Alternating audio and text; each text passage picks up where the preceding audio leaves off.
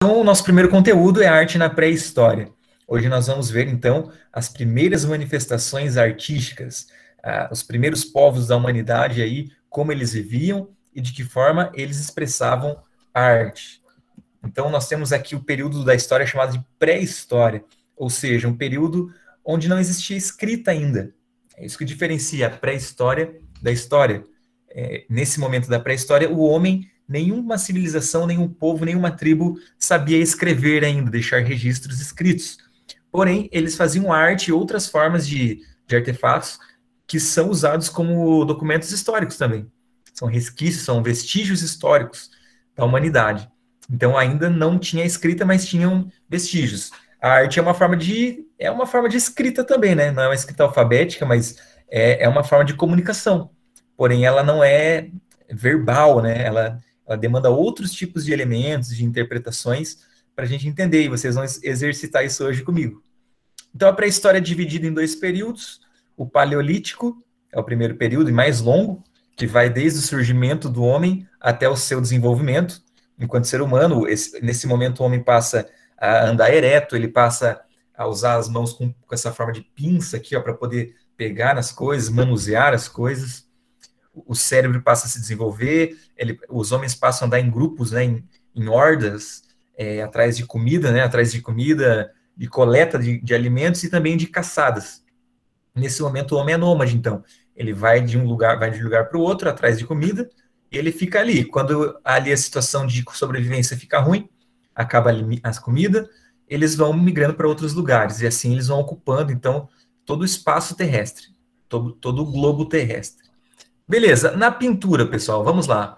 A primeira manifestação artística, então, seria essa pintura, que a gente chama de pintura rupestre, que é a pintura feita na parede das cavernas. Beleza? O material usado, tudo que tivesse disponível. Sangue de animais, gordura, carvão, urina, fezes, vegetais, tudo que tivesse disponível. Essa é uma das formas mais antigas de arte, nós chamamos de mãos em negativo. O que é isso? O ser humano vai lá, coloca sua mão na parede da caverna e assopra um pigmento sobre essa mão, formando então a mão em negativo. Por que em negativo? Porque o que é pintado está para fora da mão e não dentro dela, formando uma espécie de negativo. Essa é uma das primeiras manifestações artísticas da humanidade. E aqui eu abro a primeira participação para vocês, para que vocês possam falar e tentar imaginar aí por que o homem fazia esse tipo de pintura. Bom, era uma forma de deixar sua marca na eternidade. Isso é uma coisa que eu gosto muito de falar. Desde já dos primeiros seres humanos, a vida era muito limitada, assim, a experiência humana é muito curta. Então, veja, hoje nós temos uma expectativa de vida aí de 70 anos, com o Covid nós temos expectativa aí indefinida, ninguém sabe se vai pegar, se vai ter reação, não vai. E na antiguidade, na pré-história, a vida era curtíssima. Cada dia era uma dúvida se as pessoas ficariam vivas ou não. Os que saíam caçar poderiam morrer na caçada e quem ficou para trás poderia morrer de fome. Então, esse tipo de pintura já demonstra essa noção de deixar uma marca para a eternidade. A mão representa o poder também do homem, tá? Então, quando eles pintam essa mão, eles estão impressionados com a própria capacidade humana, o poder do ser humano expressa em suas mãos. A mão que caça, a mão que cria objetos, artefatos para caçar também, e que faz arte. Essa é uma das pinturas mais incríveis aí da pré-história. Isso é um bisão, né? Ou seja, o tema que eles usavam, que eles pintavam eram grandes animais, principalmente os animais que eles caçavam. E aqui é interessante notar que eles não pintam somente como algo decorativo, a arte pela arte. Não existe essa noção de arte pela arte. Toda arte aqui é utilitária, ela tem uma função. E essa pintura tinha uma função dentro de rituais sagrados, chamados rituais xamânicos, onde então esses seres humanos acreditavam que pintando o animal de uma maneira naturalista, ou seja, parecendo real, o mais próximo do real possível, o espírito desse animal estaria preso, então, ali nesse desenho. Isso como uma forma, então, de dominar ali o espírito do animal, a crença deles era essa, e como uma forma de acalmar a própria ansiedade da tribo ali, com medo, né, de enfrentar os animais no dia seguinte, com medo de morrer, medo de não conseguir caçar e deixar todo mundo morrer de fome. Então a arte já também sendo usada como uma forma de alívio das ansiedades humanas, já desde o princípio. Essa é a chamada Capela Sistina da pré-história, essas pinturas maravilhosas no teto da caverna de Lascaux, na França. Olha que coisa sensacional. Os bisões ali sendo pintados. Lembrando que a caverna ali, onde eles pintavam, era um lugar muito escuro, né? Era lá no fundo da caverna. Lugar escuro, úmido, cheio de barulho de animais, tipo morcego, animais assim estranhos. Eles entravam com uma tocha e aí faziam essas pinturas. Então, olha que coisa impressionante, né? Essa parede é linda de chover, caverna de chover na França. Veja só, imagina uma tocha piscando aí. Então, era uma experiência de um cinema, pessoal, de uma quase realidade para eles. Pode ver a forma que eles pintam meio que os animais lado a lado aqui, ó. Dá até uma ideia de movimento, né? Uma ideia de 3D, como se fossem animais alinhados, andando. Então, é uma coisa maravilhosa, gente. É uma coisa sensacional. O poder de fascínio das imagens já desde a pré-história. Então, isso é a pintura. Agora, na escultura. Também existiam esculturas na pré-história, como as Vênus. Essa Vênus de Willendorf é a mais famosa, feita em pedra. É uma estatueta em pedra, vamos dizer, do tamanho de um celular aqui, ó. Então, era para carregar assim na mão. Então, exatamente, essas estátuas estavam relacionadas aos cultos de fertilidade. Então, veja, hoje a nossa noção é diferente. As pessoas hoje não querem ter muitos filhos, porque a vida na cidade é mais difícil. Quanto mais filhos você tem, mais difícil é de sustentar, de dar uma condição de vida para esse filho. Mas na antiguidade, na pré-história, em quase todas as outras sociedades humanas, ter filhos era a coisa mais importante. Quanto mais tivesse, melhor. Porque era como se fosse uma graça, um presente, uma dádiva dos deuses, ou de Deus mesmo. Se você for pegar a própria Bíblia no Antigo Testamento, quando a mulher era estéril, ela era considerada amaldiçoada. Era como se Deus não tivesse dado algo mais precioso para ela, que é a fertilidade, a possibilidade de ter filhos. Então, por isso que eles carregavam essas estátuas, faziam essas estátuas para dar sorte, para trazer ali os espíritos da natureza, segundo eles acreditavam, né, tivessem a favor, entrassem na mulher e fertilizassem o ventre dessa mulher e trazendo um presente, que seria um filho. Beleza? Por isso o seio grande, dando essa ideia da amamentação, né, da mulher fértil, o quadril grande que está carregando uma criança, a vulva grande, né, a ideia ali da concepção, da fertilidade. E isso representava um padrão de beleza, um ideal de beleza também. Quanto maior o seio, maior o quadril, maior a vulva da mulher, mais bela ela se sentia e mais bela era considerada na sociedade. Olha aí, agora vamos para o Neolítico. Segundo período da pré-história, a vida humana agora muda. Os homens deixam de ser nômades, eles passam a ficar sedentarizados em um lugar, formando aldeias, depois formando tribos ali, né, grupo, e depois até mesmo pequenas cidades já, na antiguidade. O que muda agora? Agora o homem não precisa mais ficar saindo caçar toda hora. Alguns até faziam isso.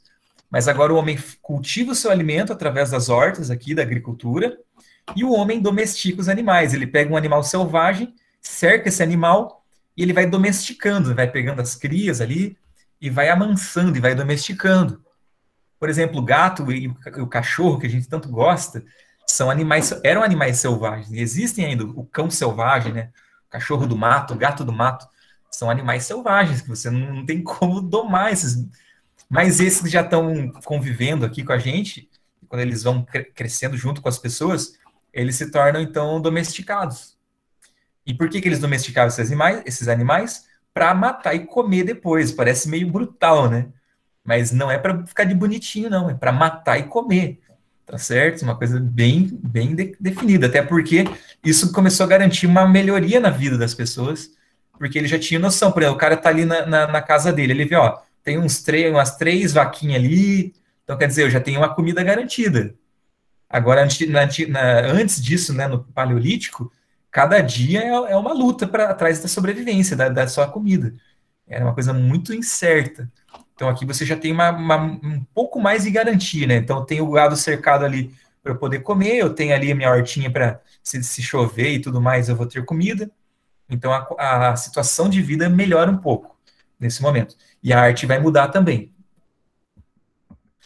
Agora as pinturas já não são mais dentro de rituais, assim, para atrair os espíritos, mas são mais no sentido de registrar a vida cotidiana. Olha aqui, uma cena de caça, né? Então mostrando ali que eles ainda caçavam no Neolítico, mas não era mais uma coisa assim obrigatória, tá certo? Era um complemento. E aqui a representação de um homem, do corpo masculino agora. Então, veja só, o que era importante no corpo masculino, eles registram. Então, por exemplo, se ele era bonito de rosto, se ele era inteligente, culto, isso pouco importa. Qual o tamanho da cabeça? O que importa para um homem na pré-história? Ele saber caçar, ou seja, usar suas mãos, manejar instrumentos de caça aqui, e que ele tivesse, então, a fertilidade para poder gerar descendentes. Por isso, essa sacola aqui estranha, essa mandioca esquisita aqui, representando a fertilidade. Então, isso era um homem ideal na pré-história, o homem caçador e o homem fértil, tá certo? E esse ideal ainda permeia também a nossa mentalidade aí. Só hoje o que mudou é que o homem tem que ser forte, né, musculoso. Na pré-história, não necessariamente, ele tem que ser ágil, tá certo? E hoje também é claro que eu acredito que as mulheres, ou sei lá, quem tem interesse em relacionamento com homens, vai pensar que o cara tem que ser pelo menos culto, um pouco culto, inteligente, legal, sei lá. Aqui não, o cara tem que ser caçador e fértil, uma coisa mais primitiva, beleza? Mas esses ideais permanecem no inconsciente. A pintura que mostra uma das primeiras cenas de dança. Então, quer dizer, mostra já dois outros tipos de arte aqui. A dança, se tem da dança, tem uma música, tem um ritmo. Então, aqui, ó, eles estão em duplas, ó, dando uma sugestão de movimento de dança. Ó, esse cara aqui, ó, até com três pernas aqui, estranho demais. Estão dando essa sugestão de uma dança meio que de ritual, até meio que de acasalamento, talvez até. Beleza? Então, já registro sobre isso. Então, aqui nós já temos a pintura, as artes visuais, né? A dança e a música. E o teatro também já tinha um teatro primitivo rolando aí, quando eles usavam alguns tipos de rituais ali, algumas performances. Mas depois a gente fala disso. Beleza. E agora, então, a terceira parte, nós vamos falar sobre a construção arquitetônica desses povos aí. Então, os povos lá do Paleolítico não faziam construções, eles habitavam cavernas, o que tivesse ali de abrigo, já natural. Já no Neolítico, eles constroem algumas cabanas já primitivas, palafitas, enfim. Mas o que mais chama atenção aí no finalzinho até da pré-história são essas construções megalíticas, ou seja, mega grande, litos, pedra. Eles faziam construções com grandes pedras, como, por exemplo, essa pedra gigante aí, ó, fincada na terra.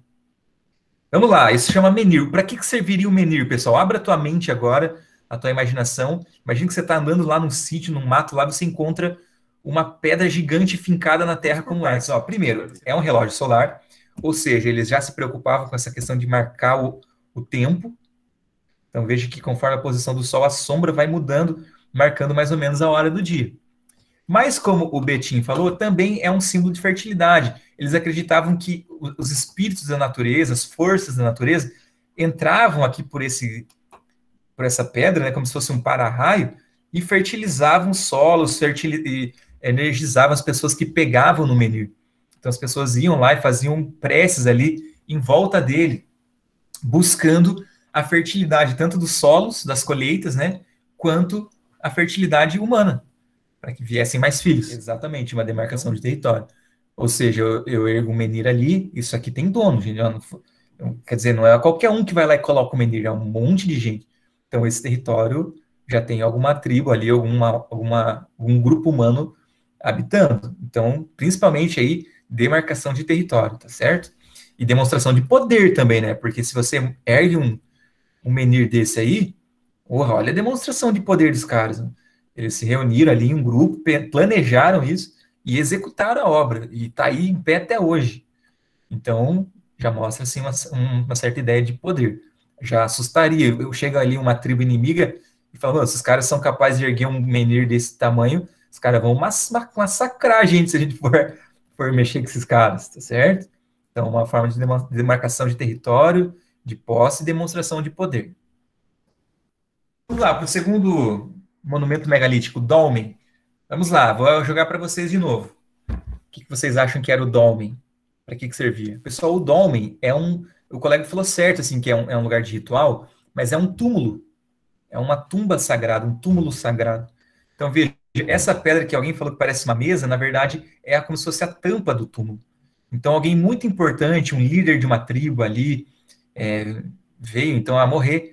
As pessoas enterram essa pessoa importante e fazem um grande memorial em cima do corpo dela. E não só um memorial, um lugar de cultos, de rituais. Porque desde o início também o homem, ele sofre com as perdas, né? Então o homem não consegue assimilar a morte. A gente está vivendo uma época tão difícil, né, de pandemia. Essa semana mesmo eu perdi um amigo pro Covid, e a gente começa a perceber a fragilidade humana e como é difícil você se despedir de uma pessoa assim. E como uma forma de superar, ou até mesmo de tentar assimilar isso, os homens na pré-história começam então a fazer então sepultamento dessas pessoas, coisas que os animais não fazem, esse tipo de ritual, né? Esse processo de sepultamento, enterram essa pessoa e fazem um memorial para que sempre seja lembrado que ali jaz o corpo de uma pessoa que era muito querida, que era muito importante para aquela tribo, tá certo? E veja, como era tão importante essa pessoa que eles tinham o trabalho, então, de fazer todo esse processo de construir essas colunas e colocar uma pedra enorme em cima. Quer dizer, não é qualquer pessoa que está ali, é uma pessoa importante. Tá certo? Isso é o dolmen. Então, é um lugar de ritual, sim, mas é um lugar onde estava, então, uma tumba, né? Um túmulo sagrado para uma pessoa importante. E eles faziam, então, o culto aos antepassados, tá certo? Era um costume de quase todos os povos aí da antiguidade de fazer, então, esse culto aos antepassados, né? Fazer um memorial aos antepassados, pedindo a proteção deles em vida. Por exemplo, na Bíblia não existe isso de culto aos mortos, mas, por exemplo, a Bíblia fala de que Abraão, por exemplo, construía altares de pedras a Deus. Então, já não seria um túmulo, mas seria um altar de pedra, como se fosse uma espécie de homenagem ali, como uma forma de mostrar que eles estavam preocupados com Deus, que eles queriam oferecer algo a Deus, tá certo? E por último, então, como já foi até mencionado, Stonehenge. Olá, pessoal. Stonehenge sim, ele era tipo uma igreja, mas a gente não chama de igreja, seria um templo sagrado, talvez o maior de todos eles, certo? Tribunal, vamos dizer assim, não é bem um tribunal, mas aqui é um cemitério onde pessoas importantes estavam enterradas, mas também era um lugar de sacrifício de animais. Opa, vocês estão vendo o que eu estou escrevendo ou não? Sim. Sacrifício de animais, crianças e, bom, animais e pessoas, vamos colocar no geral. Pessoas, ou seja, era um lugar onde eles, em cima de um cemitério, eles faziam sacrifício de animais de pessoas buscando as boas colheitas, a fertilidade das terras, ou seja, buscando a sorte. Alguém falou que era um estádio, mas na verdade era um lugar onde acontecia um grande evento, né? Então seria um templo sagrado, já está dentro do templo, mas seria um lugar de um grande evento. Então você não está errado. Um grande evento religioso, sagrado. Inclusive ocorriam ali festas, orgias, mortes, sacrifícios. Meu Deus, que coisa doida. Tudo isso em cima de um cemitério. Então veja como que era doido isso, pessoal. Construção, vamos pular essa parte de construções alienígenas, vamos deixar por último. Calendário, sim, era um calendário solar. Vamos voltar para a imagem, só para vocês entenderem isso. Veja que no desenho, aqui no esquema, o Sol se alinha exatamente aqui, numa determinada época do ano, que é a de solstício de verão, o Sol se alinha exatamente no centro e começava então um novo ciclo, um novo ano. Ou seja, um calendário solar. Perceba que os primeiros humanos não tinham já pronto, igual a gente tem o calendário, com os números, com o ano bissexto. Eles não tinham, eles tiveram que desenvolver. Então eles começam a perceber: primeiro está uma época de frio, daqui a pouco vem uma época de calor, daqui a pouco vem uma época de frio de novo. Aí eles colocam alguma marcação para ver, vamos tentar ver quando que termina e começa esses períodos e começar a marcar ciclos, até mesmo por causa da agricultura, porque existem uns períodos que é melhor para você realizar agricultura ou não. Então eles começam a desenvolver essa noção de calendário solar. Então isso é um grande calendário solar. Enquanto o menir é um relógio solar marcando a noção de dia e noite, Stonehenge é um relógio solar marcando o ano, tá certo? A marcação, então, de ano, de ciclo anual. Imagina que coisa mágica que não foi para eles os caras sacar que o mundo tem um ciclo anual, né? Porque aí o cara começa a pensar, tem o ciclo do dia e noite, sol escuro, sol, lua. Aí ele começa a olhar a lua e começa a ver que a lua tem 4 formas diferentes, daqui a pouco ela fica repetindo, que dá mais ou menos a ideia do mês. E aí, então, por último, você tem essa ideia maior do ano. Vamos lá. Aqui, então, nós temos aqui uma hipótese de migração humana até chegar na América do Sul. Então, aqui você tem aqui o homem surgindo na África e migrando, né? Como a gente viu, o homem era nômade no Paleolítico. Ele vem migrando, passa pelo Estreito de Bering e vai migrando, atrás de comida, até chegar no Brasil. A outra hipótese que seria que o homem desce aqui migrando para a Oceania e com barcos primitivos vai de ilha em ilha, inclusive a Ilha de Páscoa está aqui no meio, onde a gente viu aqueles moais, aquelas cabeças gigantes, está aqui no meio, e aí eles vêm então de ilha em ilha até chegar no Brasil. Tá certo? Essas são algumas hipóteses. Mais ou menos como era o ambiente na pré-história brasileira, veja só o bicho preguiça gigante ali, a anta, o tigre-dente de sabre.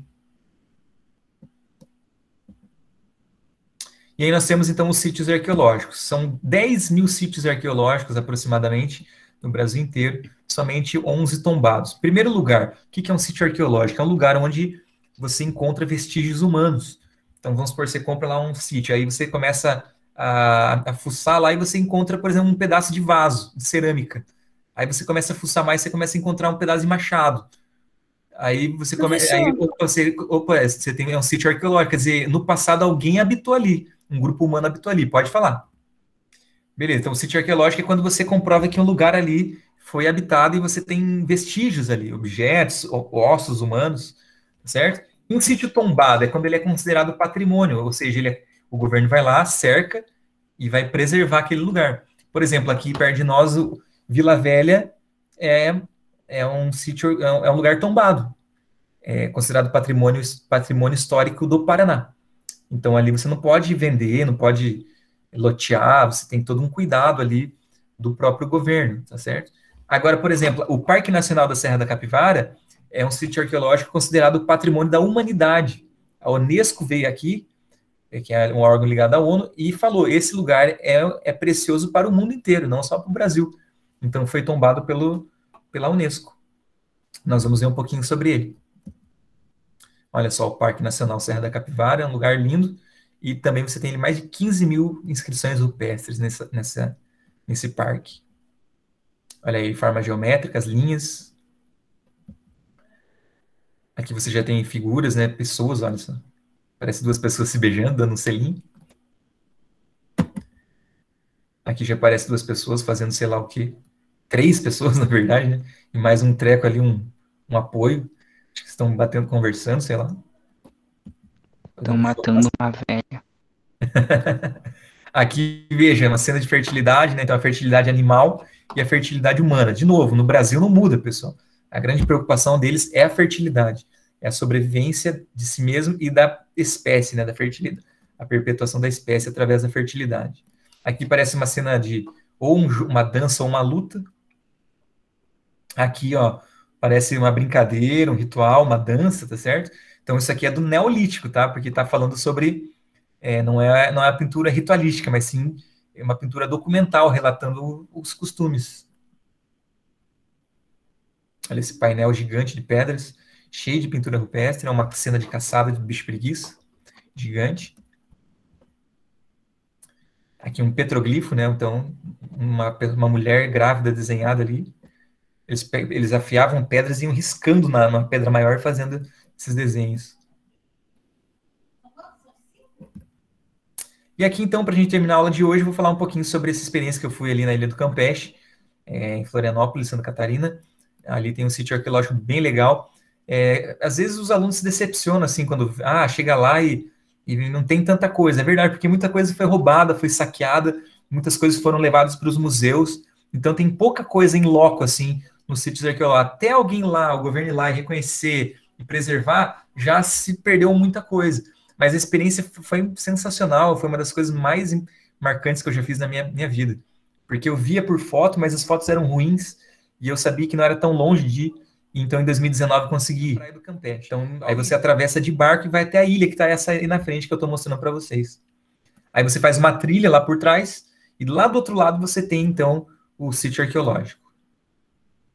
Aliás, você atravessa de barco, é rapidinho, 5 minutos atravessa. Você vê que é uma praia paradisíaca, né?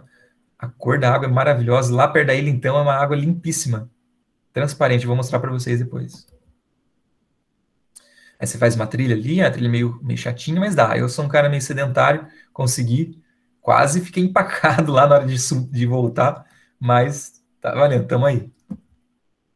Isso é uma oficina lítica, então eles raspam as pedras ali até ficar bem pontiagudo para fazer lanças, para fazer machados.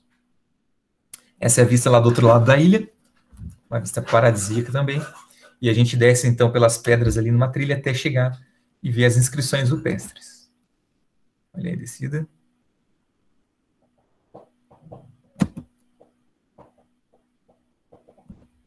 Vocês conseguem ver então aqui as inscrições? Sim. Uhum. Então aqui o próprio guia lá estava falando para gente que não se sabe se isso aqui eram somente formas geométricas, um sistema de contagem de alguma coisa, ou se era até mesmo uma rede, sei lá, ou até mesmo um peixe aqui, enfim, não se sabe, porque não tem nada escrito, né? Então você chega e analisa ali, começa a deduzir a partir de algumas outras informações até chegar em possibilidades. Então aqui possivelmente são formas geométricas, não é representação de nada. No centro aqui, vocês conseguem ver, se puder aproximar aí, você consegue ver que tem, são triângulos ali, ó, desenhados? Conseguem ver ou não? Não, não consigo. Consegue ver que são linhas aqui, ó, também como se fosse perna de aranha? Mais ou menos. Uhum. Aqui pela imagem é meio difícil de ver mesmo, mas aqui, com certeza, inscrições humanas aqui, ó. Aqui possivelmente contagem. Só de bonito eles não fariam isso. Possivelmente um sistema de contagem. Ou até a simulação de uma escama de peixe aqui. E aí que é essa pedra máscara que a gente chama. Essa foto eu tinha visto na internet só com uma imagem muito ruim. E aqui foi uma alegria poder ver presencialmente e registrar essa imagem para mostrar para vocês aqui. Então, olha só, inscrições aqui, né? Parece uma máscara, ó, como se fosse um olho aqui, outro olho aqui. E uma boca de um peixe, uma máscara aqui. Vocês conseguem ver ou não? Sim. Até os alunos na outra sala falaram que seria uma clarividência, eles já preveram a pandemia, todo mundo de máscara. Mas aqui, na verdade, representa um peixe, né? Então, uma inscrição aqui, um petroglifo. Eles vão pegar uma pedra afiada, que eles faziam na oficina lítica, e aí, então, riscavam aqui fazendo essas formas geométricas. E aqui a volta, uma volta difícil, olha ali o pessoal sofrendo para subir. E aqui, então, a água ali, depois você chega cansado, chega com calor, e essa água paradisíaca aí, se você puder ir um dia, é uma experiência inesquecível. E para terminar, o Homem Sambaqui. O Homem Sambaqui é o seguinte, eles faziam pirâmides de conchas no litoral de Santa Catarina inteiro, praticamente tem isso, ali em São Francisco do Sul, em Porto Belo, Florianópolis, enfim.